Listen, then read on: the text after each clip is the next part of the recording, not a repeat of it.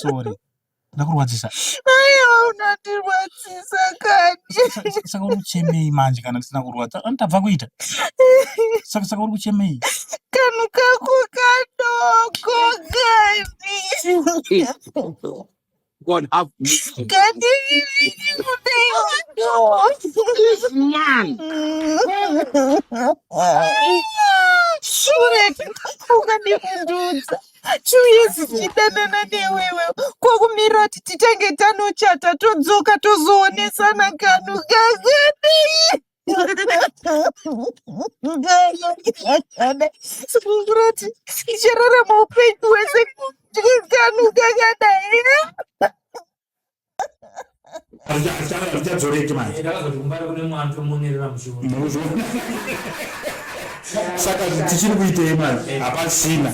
Muona zvatodaro zvatodima zvatoshata. Saka madzimai anotipa pressure yekuti vanhu vachativanzwisisi kuti vanenge vachida kadora here wanoda hombere. Ipapo panonetsa kuti tivanzwisisi vanotipa pressure kuti ane kadora. Saka takafunga kuti maiwe manje kadora zvinobuda here ndakuenda kuna sekuru kuya kuda kudaiso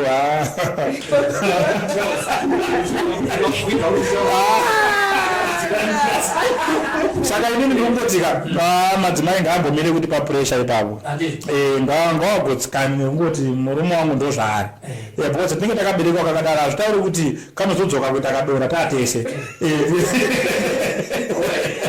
Zvokere kuti tichika chimovie. Chadzokera zvakare padrama redu rokunetsa iro Ambuya Nemukwasha. Vamwana vakumba kuwana kuziva kuti ukamuri hwakamira sei panyaya yepabasa penyu paparamuri kuita ivava. Muri mukadzi nemurume here, muri boyfriend negirlfriend here kana kuti ndazviona mucomment section. Kudzira vanhu vakateerera kuti tiwane mukana wekuti mutitaure zvakamira sei. Okay. Ipapo mukomazilai manje ka panoshupa.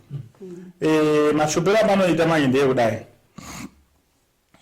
Isisu takadaiso baba namai maidi. Inonzi baba D, aunonzi maidi. Mazda ekuektisa yayo. Handitika. Tinoshanda tese. Vanhu vanofana kuziva kuti ini namaidi tinodini? Tinoshanda tese. Tinoshanda tese. Vamwe vanhu vanozobvunza kuti saka nemabatiro wakaita paya chibata Ambuya hauzona zvekumbira here zvemashosho kuti aiwa ndezvebasa akunyepa aiwa ndezvebasa tatokumura bachi re-8 tinoitirova iya yemucovid yai pake umwe pake social distance tinotoomberana makadi tinofara makadi ende munomboziva here mukomaslai pano chinatsokudza